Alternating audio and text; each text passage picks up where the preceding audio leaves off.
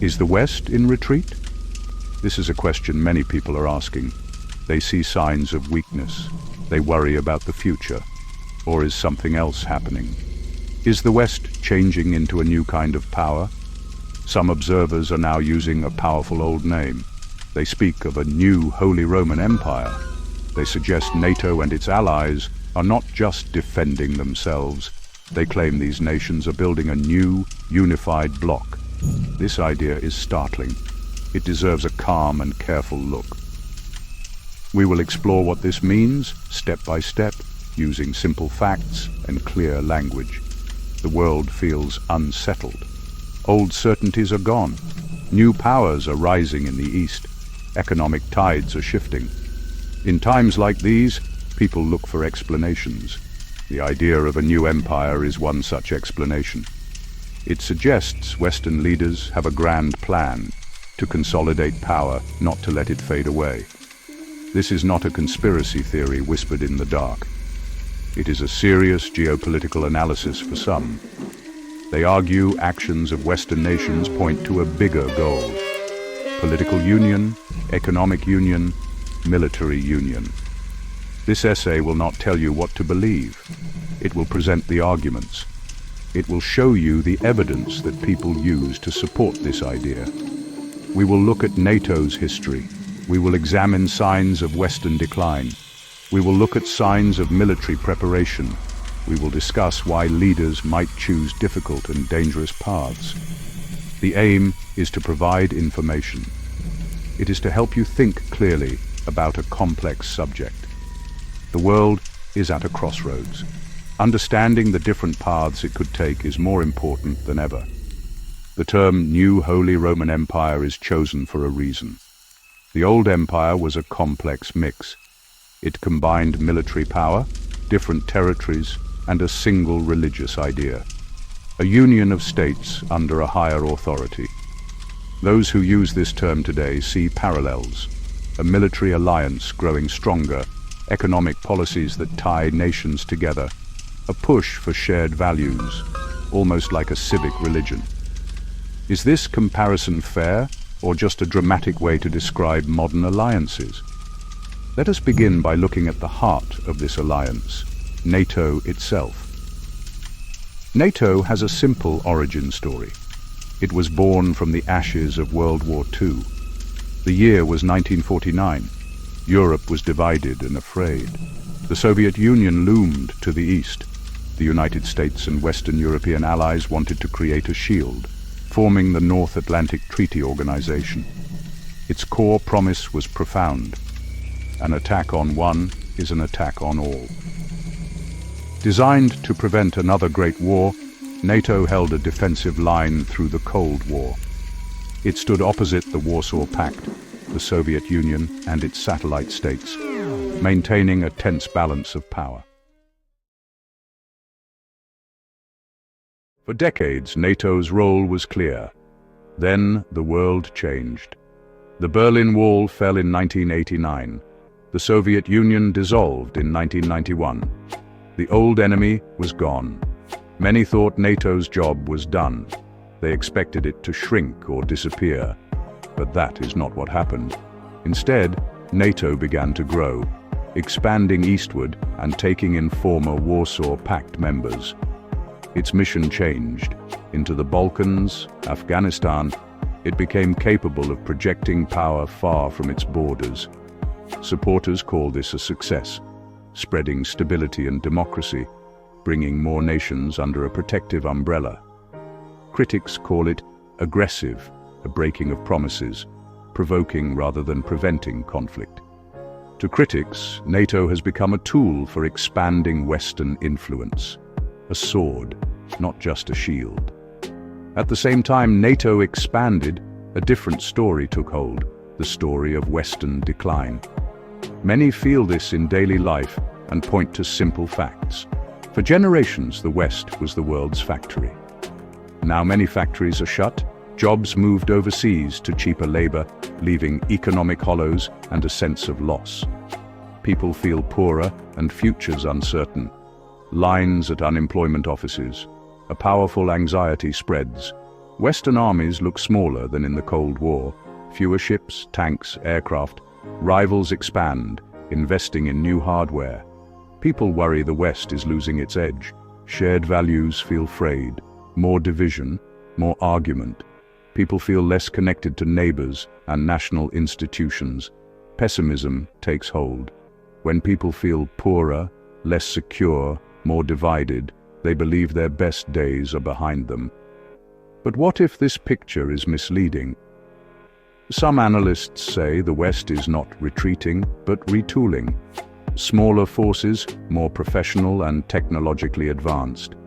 Economic focus shifts from old industries to technology and finance.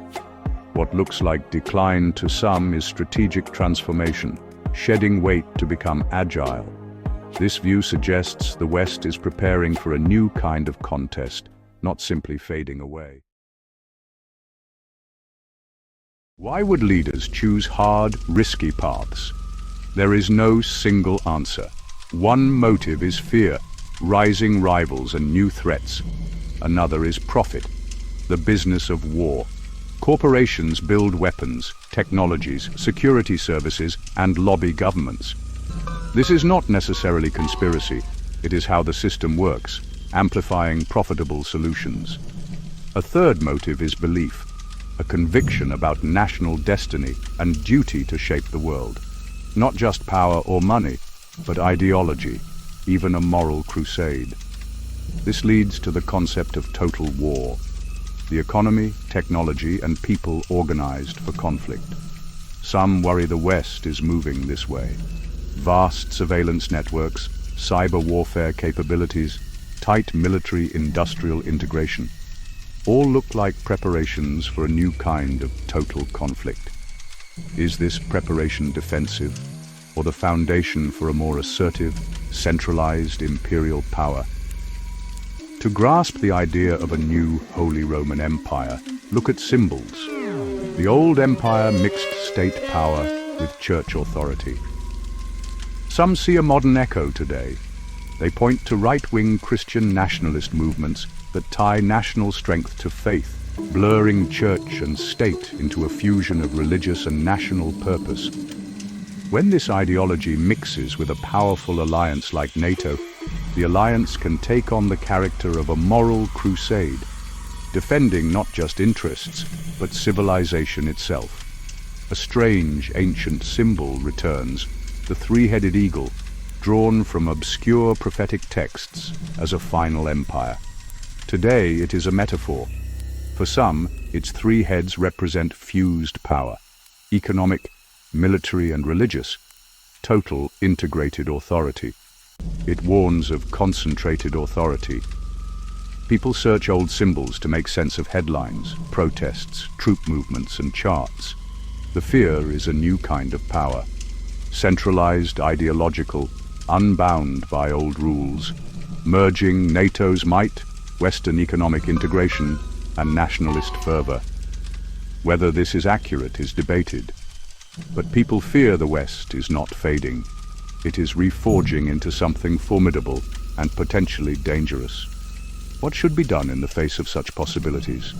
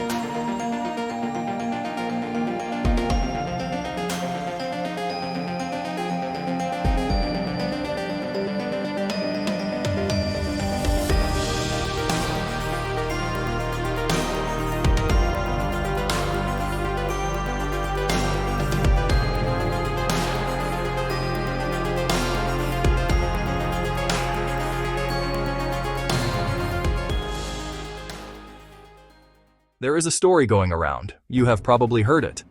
People say the West is collapsing. They say it is weak in retreat, losing its grip on the world. It is a popular idea. You can see why. Things look messy. Economies are struggling. Politics are wild. To understand where this new strategy comes from, you have to look at the old mindset. It has deep roots in history, specifically in the colonial era. A standard of civilization placed Europe at the top.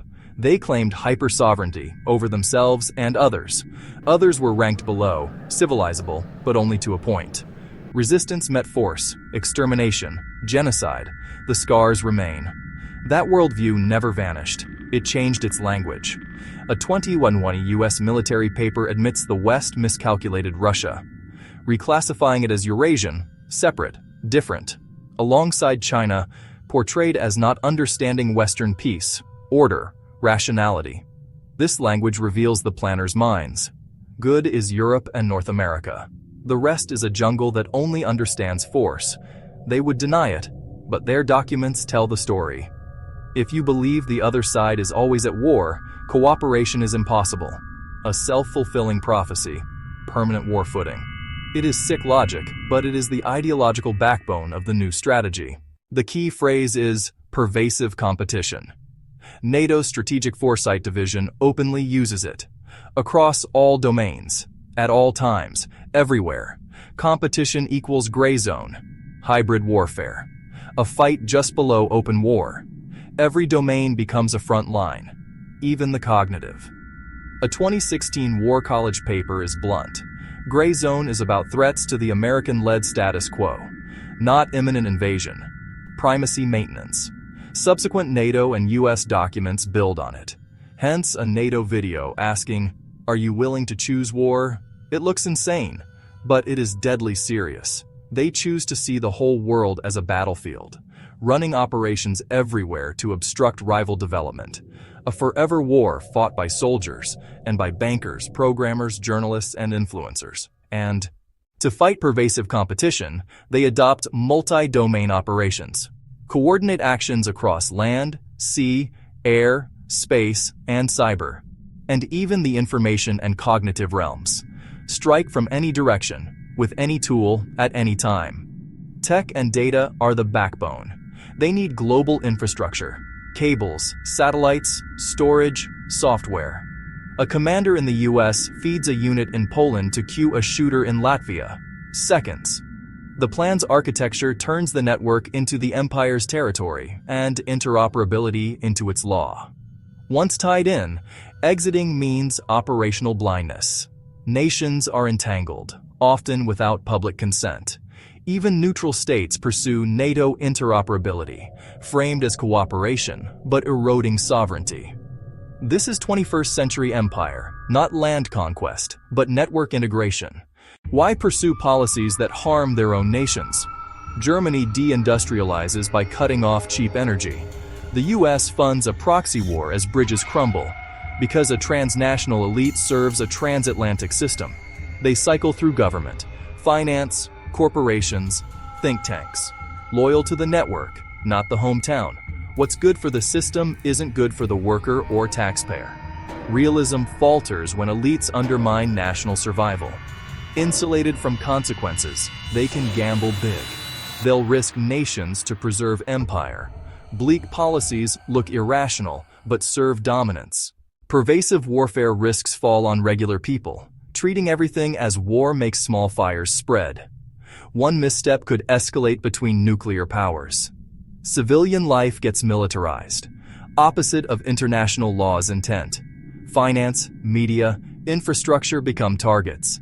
Citizens become resources for war, and data assets. Neutrality becomes nearly impossible. Interoperability pressure is immense. Refuse and risk isolation. True neutrality demands independent infrastructure. War economy funding replaces healthcare, education, infrastructure. Populations are radicalized to sustain it. A society permanently mobilized for a war that never ends. It is easy to feel powerless. Plans are made in rooms we cannot enter. Start with awareness. Read the documents. Watch the videos.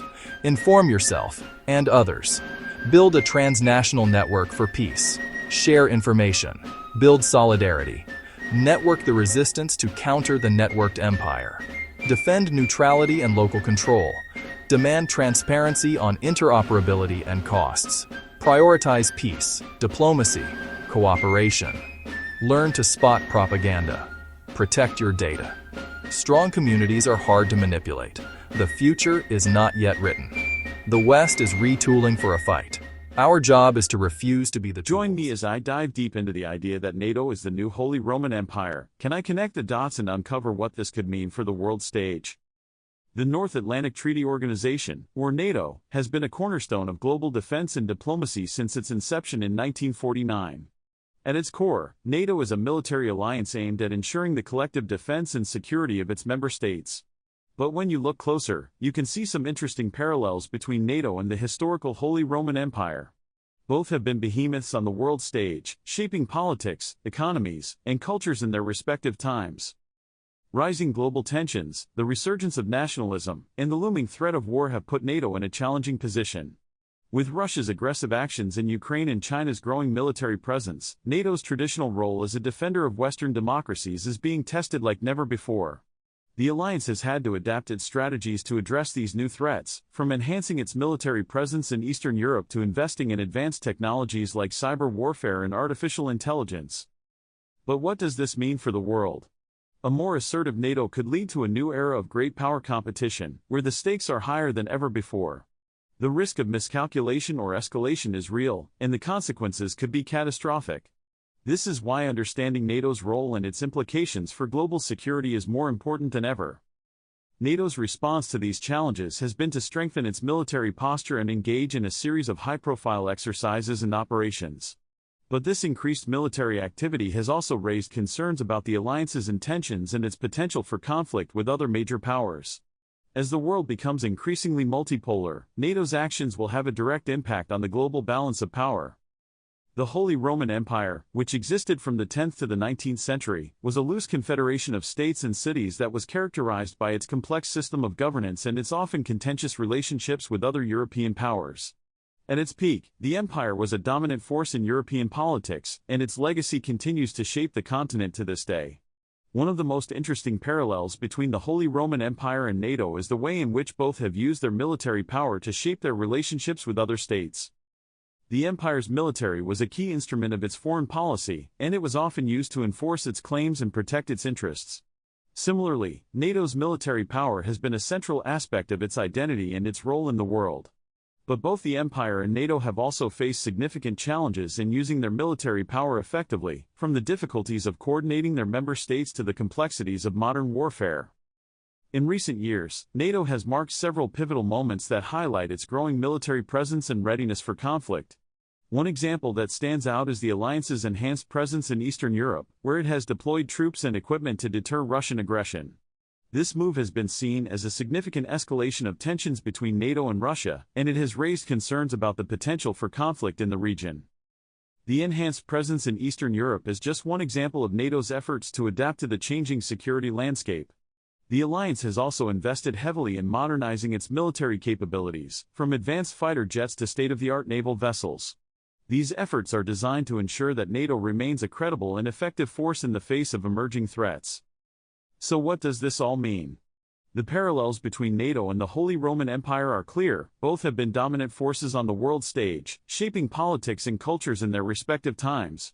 But both have also faced significant challenges in using their military power effectively, and both have had to adapt to changing circumstances in order to remain relevant. If you have any thoughts on this, I'd love to hear them in the comments. If you're interested in exploring more about historical alliances or military strategies, check out my other video where I dive into the fascinating world of the Cold War and the complex web of alliances that defined it.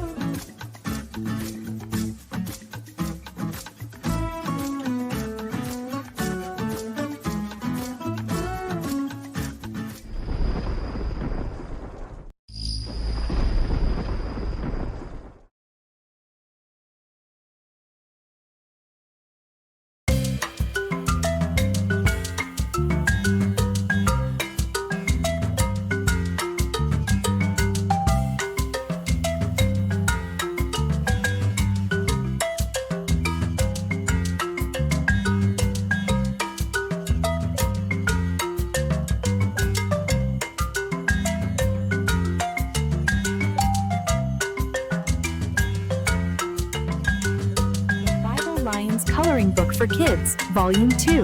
Available August 15, 2025 on Amazon. The Bible Lions Coloring Book for Children. Color 30 fun designs of inspirational verses and Christian artwork.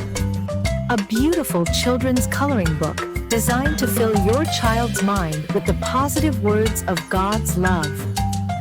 The Bible Lions Coloring Book for Kids was designed to be a fun, yet effective way to help children calm their tension. Hand-lettered quotes and adorable hand-designed illustrations will inspire your child as they reflect on God's promises.